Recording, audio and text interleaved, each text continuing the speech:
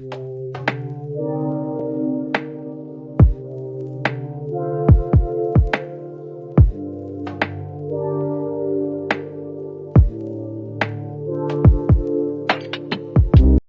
all blood flow to the bottom of her legs and her feet, so she can only move around in a wheelchair. Now she has lost all blood circulation to the bottom of her legs and her feet, so she can't walk. He said, "We haven't had any alerts like that, and I haven't seen anything like that or have had conversations with her that would lead me to believe that. We routinely go up and check on Wendy, so no, we don't have any concerns concerning her mental state. It's all physical." But a few weeks after this, an article by The Sun came out that kind of painted Wendy's mental health in a bad state and hinted that her family was trying to cover up her real issues. The Sun wrote, according to sources, Wendy's manager was summoned to her penthouse apartment after she had appeared unwell during a Zoom show taping earlier in the week. Her manager and a small group of confidants arrived at the host's home to lend support to the struggling talk show queen. Multiple sources reported that Wendy had been found undressed in her room, engaging in inappropriate behavior while shouting explicit comments. Shocked eyewitnesses immediately contacted healthcare workers. When medical personnel arrived, Wendy allegedly became even more aggressive. She was subsequently transported to the hospital, where she remained for several weeks. Things weren't looking great for Wendy for a while. With her declining physical health and this incident, matters quickly went from bad to worse. Throughout an entire season, the producers of her show tried to keep things afloat, bringing in guest hosts to fill her spot. But by the season's end, it was evident that Wendy wouldn't be returning, and the show got the axe. Wendy's situation continued to deteriorate, and reports indicated that she checked into a wellness center for treatment. She was away for quite some time, and there was radio silence from her camp. When she finally resurfaced, sources claimed that those around her were pushing her to jump back into work. They were really pushing for her to find a new TV gig, maybe even reality TV or anything she could get, even though she wasn't in peak mental and physical health yet. But they weren't doing it because they cared about her, but because they wanted to profit off her. If Wendy wasn't working, she wasn't making money, and they couldn't have this, so they put pressure on her to find new work, even though she was in no state to work, and they should have been encouraging her to focus on getting better instead. Junior finally spoke out about this, and he confirmed that his mom was being used and manipulated by people who didn't have her best interests at heart. In an interview with The Sun, claimed that she was being manipulated by people around her who should have been protecting her, and in the interview he said, "I know there are all sorts of things happening that I know in her right mind she would never agree to. As hard as it is seeing her being taken advantage of, I know that if I'm making sure she as a person is okay, that is the important thing." So it's clear that Junior loves his mom very much, and he's pained to see how she's being manipulated and taken advantage of. He said, "What's been made more important by the people around her is that while her health may not be great, she needs to keep on earning income. And in my opinion, that should not be a priority at all. And whoever has been hired, they are taking advantage of someone who needs to get better." He also claimed that people were taking advantage of her drinking, saying there are a lot of people who are very aware that there is an issue with her drinking and how that issue may be helped. But I think these people are taking advantage of it while allowing it to play out to make it look like they aren't causing the issue. If they aren't preventing it, they are definitely enabling a type of personality and giving her the green light to drink. This wasn't the first time someone called out those around Wendy for enabling her self-destructive behaviors just for their own gains. DJ Booth spilled the tea on this back in 2020. You see, in 2020, DJ Booth dipped out of the Wendy Williams show without giving any explanation, leaving fans wondering if he had been fired or had just fallen out with the producers. For those not in the loop, DJ Booth had been the show's DJ for a long time, so his sudden departure raised eyebrows. We later found out that he left because he couldn't stand watching the producers and managers stand by while Wendy went downhill without making any effort to help her. A fan commented on Instagram and said, "Wendy, you need to stop your show and seriously get help. Your camp is just watching you spiral instead of sending help. Shame on them." Another fan commented on this and said, "She don't listen to them. Probably why DJ Booth left the show." Now DJ Booth himself replied to this fan and said, "Yup, exactly, and it will all come out. Y'all have no idea what's really going on, and everyone there is afraid to speak up because they don't want to lose their jobs. This is going to play out bad. I feel sorry for the workers and victims. Have a blessed day."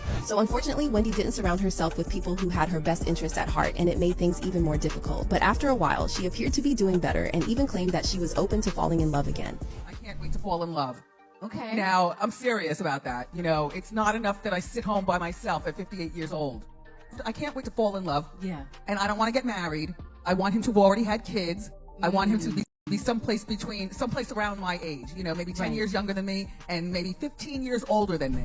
Things were finally starting to look up for her, and a couple of months later, she announced that she was going to be launching a podcast that was going to be filming at her apartment in New York. We were excited for this until a source claimed that there was no podcast in the works. The source said, "There is no podcast." It's strange because she is saying there is no podcast, but is also telling people she's going to return to TV. It's hard to figure out what is based in reality. Allegedly, her sponsors had decided to pull out at the last minute, and this led Wendy into another session of binge drinking. According to Page 6, she drank her way from Fresco by Scotto in New York City all the way to gay bars bar, the Townhouse. Naughty But Nice podcast host Rob Shooter also revealed how it all went down, saying, "We had a bite, we had some drinks, but then when we were getting ready to say goodbye, Wendy didn't really want us to leave." He then claimed that Wendy brought up the idea of going to the bar, the Townhouse, for more drinks. Another witness who was present at the scene pretty much confirmed Rob's claims, saying, "She kept saying she wanted to get drunk tonight, she wasn't hiding her drinking." However, her publicist put a different spin on this and said, "Apparently Wendy went out celebrating the new things in her life. She is bringing in Wendy 2.0. She is happy and excited for her new opportunities and zest for life. There are a lot of new things in the works and Wendy was celebrating." This statement helped to switch things up and helped people see the situation in a different light and helped paint the narrative that her life was going great. But then we heard that Wendy had gotten so broke that she was selling off her belongings to raise money. Several news sources reported that Wendy has been calling people asking them to help sell all her stuff. She is asking for recommendations on places that can sell furniture for you. The insider added that in her preparation for her move, she wanted to see how she could list items in her home, which could potentially include her iconic purple chair among other keepsakes. Once again, her publicist tried to spin this, saying, "Wendy is getting rid of items for spring cleaning. This is what people do this time of year. It's a new chapter for Wendy and she wants new things. This is a common gesture people do and Wendy is no different. It is out with old and in with the new." Her publicist really put in the work to clean up Wendy's image and she succeeded. It was around this time that her team hinted that they had made plans for her to star in a reality TV show, but her family kicked against this, with her brother speaking on behalf of the family. He said, "This is not a woman who is in the right frame of mind to get a show going. Why are you even here? Do you see the condition she's in? Does it look like she's ready to start a podcast, for goodness sake? It doesn't." He also expressed concerns about what the reality show would mean for Wendy when she eventually gets better and is forced to deal with the fact that the whole world saw her at her lowest state. He made some pretty valid points when he said, "Whatever they do with it, they're gonna do. It's gonna be sad. I can't blame Wendy for anything. I want her to get better. She is not better, so I can't be mad at her for any of this." So it comes out, and what happens if Wendy is doing much, much better, right? Who wants these kinds of memories? He also insisted that while he wasn't exactly opposing the idea of a reality TV show or Wendy working, he wanted her to get better and be in a clear state of mind when she made the decision to go back and tell her story in front of the world. He said, "Why couldn't she just get better all the way and then do something? She can't be contemplating nothing because she can't think it through, so other people are thinking things through for her, and all this time she could have been down here recovering." I'm not gonna lie, he spoke facts here, and he was clearly trying to look out for Wendy and making sure that she knew what she was signing up for. And he also kind of confirms the speculation about how Wendy wasn't in peak health yet, and her team was trying to manipulate her so that they could profit off her. However, her team released a statement where they insisted that Wendy was eager to get back to work, saying, "After taking a long break, Wendy feels some of the best days of her life were in media. She has been in media since her early 20s and wants to return to what she loves. Getting back to what she loves is something that is important to her." After the previous drama simmered down, Wendy found herself facing more mental health-related challenges, sort of. Her bank, Wells Fargo, pulled a move and locked her out of her account, blocking her from accessing her own cash, claiming she wasn't in the right headspace and wanted to slap her with a conservatorship. Kind of like what went down with Britney Spears. Wendy went to war with the bank to get her hands on her money, but it only dug her into a deeper financial hole. With her income stream cut off, she was left in a tough spot. Sure, she had a bit stashed away to tide her over, but her bank was playing keep away with her funds. To make matters worse, her ex-husband, Kevin Hunter, sued her because she was no longer paying him alimony and he wanted her money. He called out her team and accused them of being shady, saying, "Wendy was in rehab and these people just stopped depositing my money cold turkey. These people have tried to starve me out.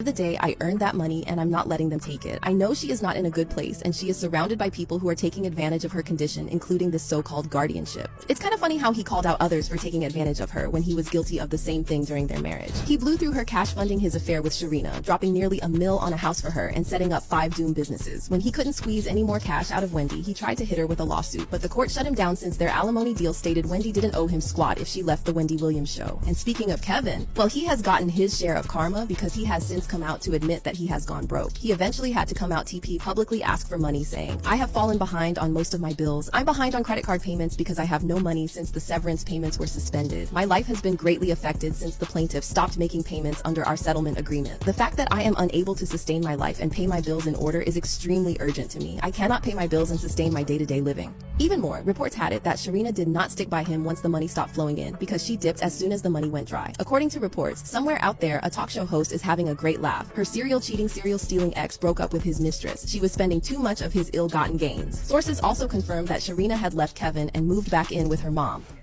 Now, I am hearing that her ex-husband Kevin and Sharina are no longer together, and you know what that is. Well, come on now. The money going. What you thought was gonna happen? The money is gone. Last week, the trailer for her upcoming documentary dropped, and unfortunately, she doesn't appear to be back to how she was before, because she opened up by admitting that she was still broke and had lost everything she had. Put in front of a judge and given a guardian. That was when they took her away from us. I have no money. And I'm going to tell you something. If it happens to me, it could happen to you. As her family, we were all sitting on the sidelines watching.